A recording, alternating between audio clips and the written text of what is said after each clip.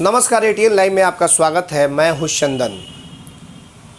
अब मतगणना समाप्त हो गई है और हम एनालिसिस कर रहे हैं कि कौन किस विधानसभा क्षेत्र से जीता और जो हारा उसके पीछे का मुख्य कारण क्या रहा, कौन लोग उनको हरा दिए, कौन सा मुद्दा हरा दिया और किस तरीके से वो जनता के बीच खड़े नहीं उतरे, जिसको लेकर के जनता ने माइंडेड नहीं दिया। तो आपको हम एक बताते चले कि गोरियाकोटी विधानसभा सीट पर देवेश कांत सिंह ने कब्जा जमा लिया, जो कि बीजेपी के उम्मीदवार हैं, और देवेश कांत सिंह गोरियाकोटी के नवनिर्वाचित विधायक के तौर पे चुन लिए गए। आपको बताते चले कि पिछले चुनाव की अगर हम बात कर लें तो 2015 में सतदेव सिंह वहाँ से आरजेडी के विधायक के तौर पे चुने गए थे, जो कि आरजेडी के विधायक थे। लेकिन उस बार देवेश कांत सिंह चुनाव हार गए थे। लेकिन इस बार जोर आजमाइश चली गोरियाकोटी विधानसभा क्षेत्र में और उसको लेकर के देवेश कांत सिंह ने एक बार कब्जा जमा लिया। दूसरे नंबर पर आरजेडी की जो उम्मीदवार थी नूतन वर्मा, जो कि स्वर्गीय मुन्ना वर्मा की पत्नी, वो तकरीबन 11,891 मतों से देवेश कांत सिंह से पीछे चली गई। आपको बताते चले कि देवेश कांत सिंह को जहां 87,368 मत प्राप्त हुए, वहीं नूतन वर्मा को 75,477 वोट प्राप्त हुए। क्या कारण रहा कि नूतन वर्मा चुनाव हार गई?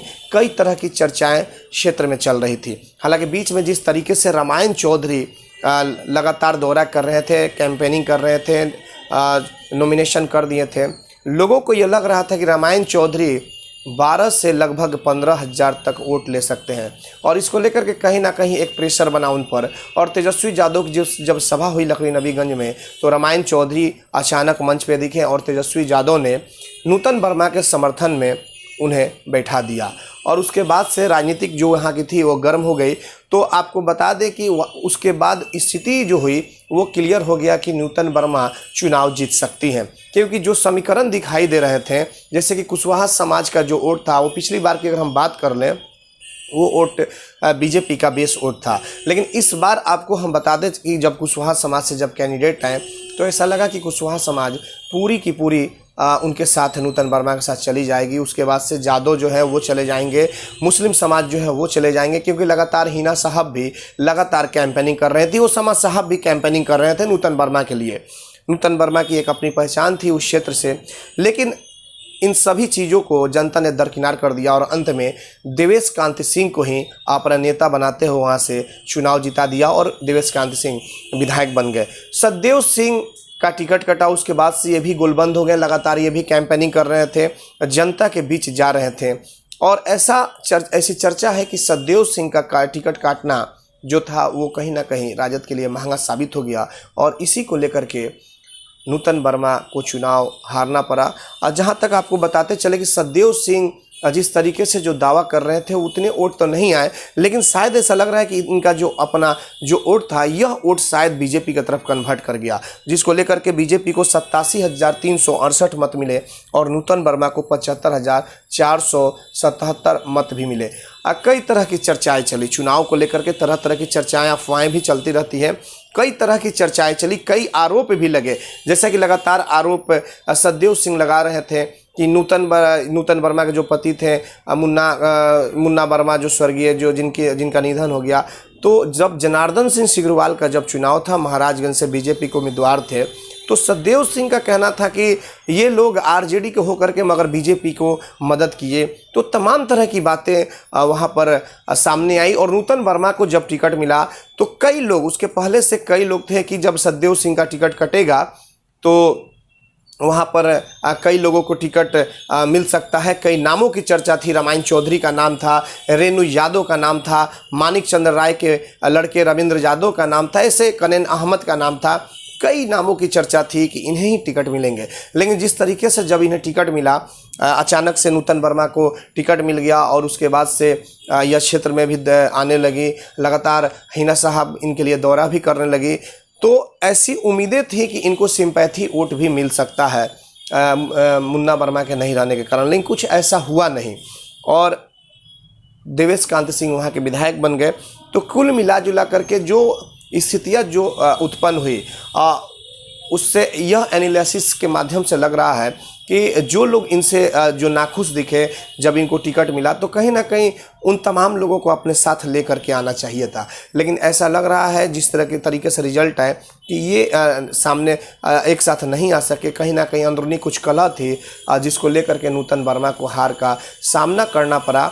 और सतदेव सिंह का जिस तरीके से लगातार जो आ रहे थे बयान आ रहे थे कि आरजेडी की जमानत जब्त हो जाएगी, आरजेडी सीट यहाँ से लूज कर जाएगा, तो जमानत तो जब्त नहीं हुई, लेकिन कुल मिलाजुला करके आरजेडी को हार का सामना करना पड़ा। और जिस आरजेडी को अगर कहा जाए कि जिस तरीके से एक अपना समीकरण देखते हुए वो टिकट दिया हुआ था, लेकिन उस पे वो लोग वहाँ से चुनाव हार गए, वो लोग खड़े नहीं उतरे, जनता उन्हें माइंडेड नहीं दी, जनता उन्हें नहीं चुन सकी। तो कहीं ना कहीं यह कहा जा सकता है कि सतदेव सिंह का जो टिकट कटा उसके बाद से राजद को इसका खामियाजा भी भुगतना पड़ा। और कहीं ना कहीं टिकट मिलने के बाद जो अंदरूनी जो कलह, आंतरिक जो कलह दिखाई दी, कई लोग अलग अलग जो दिखाई दिए, कभी वो लोग साथ नहीं दे सके। एक रामायण चौधरी आए लेकिन उसके बाद से भी इनके साथ कैंपेनिंग नहीं, या कई तरह की बातें हैं। तो तमाम तरह की ऐसी चीज़ें हैं जो कि दिखाई दी, जिसको लेकर के ऐसा माना जा रहा है कि ये लोग थोड़ी सी कहीं ना कहीं चुप कर गए, जिसको लेकर के हार का सामना करना पड़ा। और देवेश कांत सिंह पिछले बार चुनाव हारे हुए थे, तो लगातार वो कैंपेनिंग कर रहे थे, कहीं से भी चूक नहीं करना चाह रहे थे।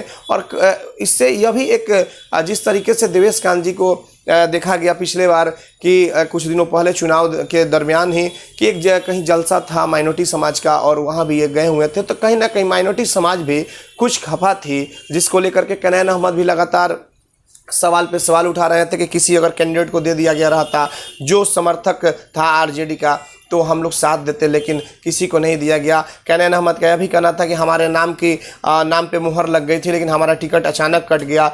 कई सिवान के बड़े बड़े कद्दावर नेताओं की भी चर्चा वो कर रहे थे कि उनके द्वारा टिकट काट दिए गए। तमाम तरह की चर्चाएं रही और कहीं ना कहीं सीधा यह देखने को मिला कि इस तरह की जो चीज़ें थी, जिसको जो आरजेडी से खफा होकर के भी कुछ लोग चुनाव जो लड़ गए, उसको अगर अपने पाले में ये लोग ले लिए रहते, जिस तरह की तरीके से रामायण चौधरी को अपने साथ ये लोग ले लिए, तो शायद आज वह दिन देखने को नहीं मिलता। और हार का मुख्य कारण रहा कि माना जा रहा है कि सतदेव सिंह का टिकट कटना, और जो नाराज़गी थी तमाम लोगों को, वो नाराज़गी कहीं ना कहीं लोगों ने जाहिर की और उसके बाद से नूतन वर्मा को हार का सामना करना पड़ा। देवेश कांत सिंह नवनिर्वाचित विधायक के तौर पे वहां से चुनाव जीत गए हैं और एक बार फिर से गोरिया कोठी को विकास की राह पर ले चलने की बात हो रही है। देखना यह होगा देवेश कांत सिंह गोरिया कोठी को कितनी विकसित कर पाते हैं और जनता से जो वादे किए हैं उन वादों पर कितने खड़े उतर पाते हैं, यह तो खैर आने वाला वक्त ही बताएगा। लेकिन कहीं ना कहीं एक तरीके से जो देखा जाएगा तो हिना साहब भी लगातार कैंपेनिंग कर रही थी, प्रतिष्ठा का सीट